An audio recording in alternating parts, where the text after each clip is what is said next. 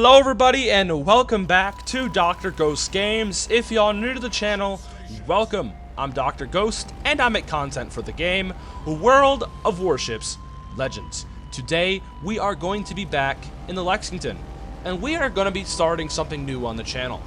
If you guys have watched any of my live streams, any of my videos, you guys should know that I do like carriers.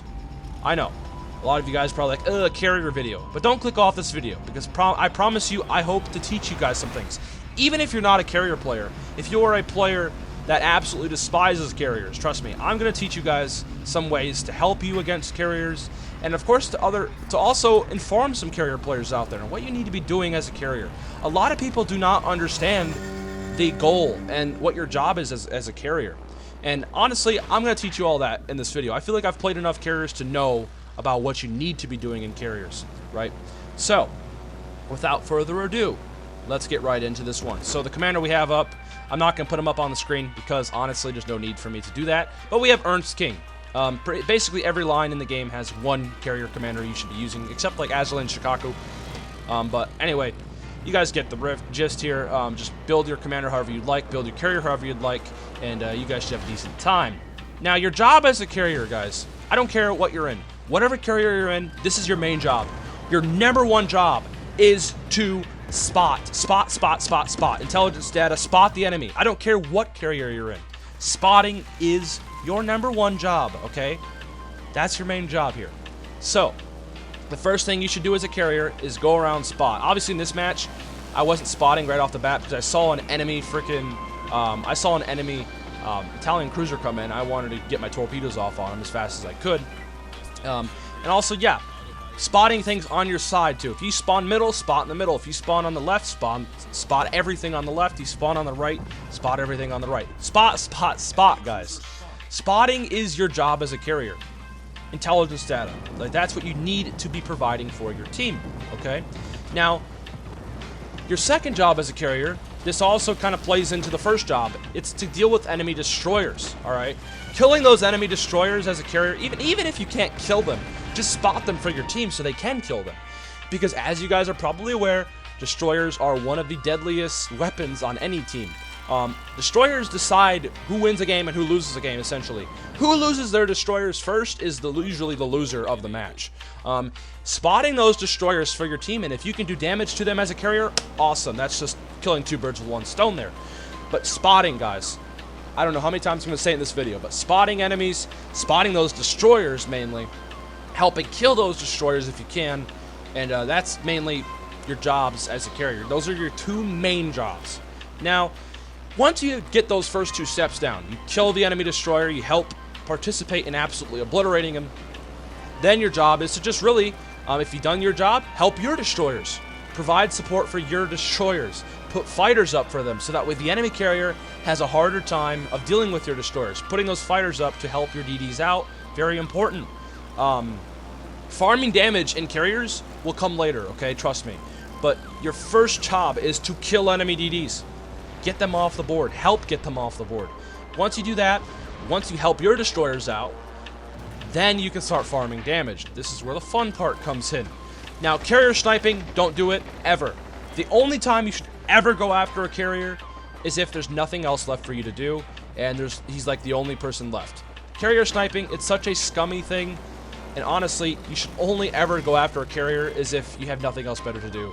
And there's usually always something better to do. So helping your team, guys, in a carrier, that's what your job is. Helping, providing support, providing intelligence data, killing DDs, helping your DDs. Look what I just did to that Somers there. Yeah, I'm absolutely ruining his carrier game here, or his destroyer game, because he cannot do anything about it, and that's the enemy destroyer gone. Boom. Now notice we lost our destroyer too, but at least we got their destroyer in return. A decent trade in my book, but still losing our destroyer, that's going to suck, but it is what it is. So, farming damage, guys. I don't like it, but that if you have nothing else better to do, like, for example, in this match here, both destroyers are dead on each team. All I can do now at this point is attack enemy ships, provide spots, help my team, put fighters up, etc. That's what you need to be doing. That's what we're going to do.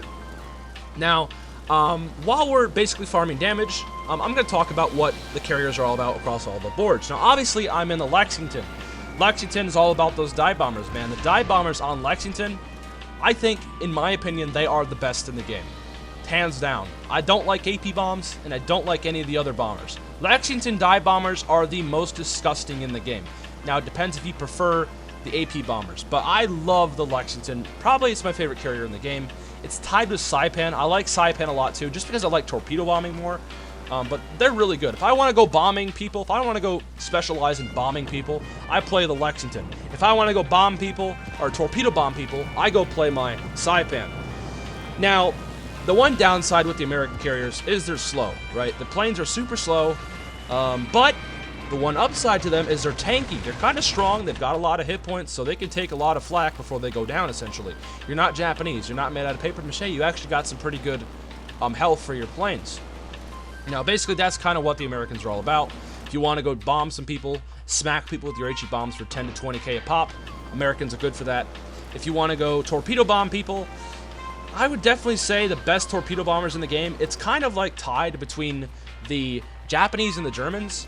The Germans are super fast, they can maneuver, they can set up cross torps super easily, but the Japanese do more damage, they've got a bit more of a sting to their torpedoes, so really if you're wanting to actually specialize in torpedoing, go with the Japanese or the Germans.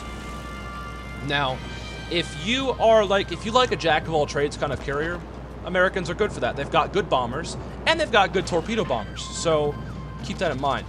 Now for the British carriers are not the greatest. I don't really like them. The torpedoes, they're okay, but they're nothing too special. I mean, everything else, all the other torpedo bombers in the game are better, really, in my opinion. The bombers, too, they've got level bombers, aka carpet bombers. They're pretty cool. They're really good at getting flyers, but they're not really that great at getting raw damage. So, really, the British, I think, in my opinion, they're the weakest carrier in the game, the type of carriers. I like the Furious, don't get me wrong, but the Implacable, I never picked it up. I haven't played it, and honestly, I don't really have any plans to anytime soon. Now, the German carriers, obviously, we talked about them just a little bit ago. German carriers, they're very fast. Their planes are very fast. They've got very maneuverable planes, very easy for setting up cross torps, launching from one side, quickly turning around, getting another set off. They've also got pretty fast torpedoes, and the cone. The cone, it closes super fast. Lining up torpedo strikes with the Germans, it's very fast, very maneuverable, it's very easy. The bombers, obviously, on the Germans, very good as well. The bombers on the Germans, AP bombs, nasty. But they kind of are RNG based. If you wanted to have like a very good game in the Percival with your bombs, you have to be landing those AP bombs in the right spots. And I just don't like it, man. It depends on RNG too much, and honestly, I depend personally on consistency. Consistency is what I like, and that's why I love my American carriers so much, is because they're consistent. And finally, the Russian carriers. Russian carriers, obviously, in this game, they can drop, first of all, they can drop their whole load at once. They can drop all their torpedoes in the squadron all at once, and they can drop all of their bombers all at once. The one unique thing about the Russians also is their skip bombers. They can skip on the water, and you can drop a lot of them, and they're very good. And honestly, I think the Russian carriers, if you want to absolutely ruin a destroyer's game, Russian carriers are hands down the best for doing that. Russian carriers, in my opinion, are DD counterers. If you want to go counter some DDs, play the Russians. Russians are super good at dealing with destroyers because of those skip bombers. They're nasty. And they're very consistent too. That's one thing I talked about a second ago. Consistency, guys. That's what I look for. But basically, we've covered all the carriers. And really, that's what they're all about, all across the board, at least in my experience. Now, I'm not talking about all that.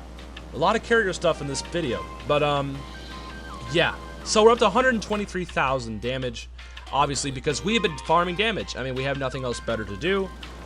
We've already killed the destroyer, and there's not much else left for us to do. All we have to do is kill these enemy ships, and we win this game, pretty much. Although, I'm hoping that my Massachusetts will get into the capture zone and spot, or not spot, but capture. And, yeah. I've been saying spotting so much that I'm starting to just apply the word spot to every sentence I say. But nonetheless, though, you guys get what I mean here. Now, notice that this Massachusetts, he's trying to kill our Amagi there, and I'm trying to just absolutely wreck him here. Support our Amagi, get him off the board. He's a huge threat right now, and I want to protect my Amagi as much as I can, because notice how close the points are.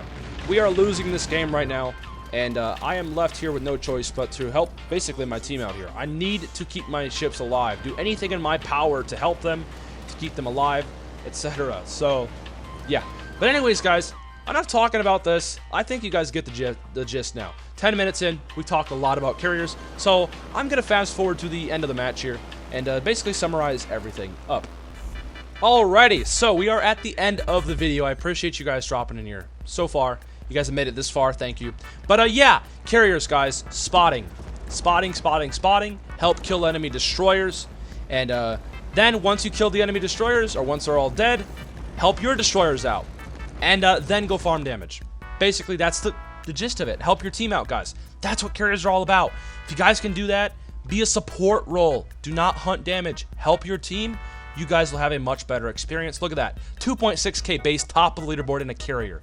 What else can I say, guys? But anyways, I hope you all did learn something. If you guys did, hit that like button, subscribe. Let me know what you guys thought in the comments. I will see you all next time. Peace out. Stay healthy, as always.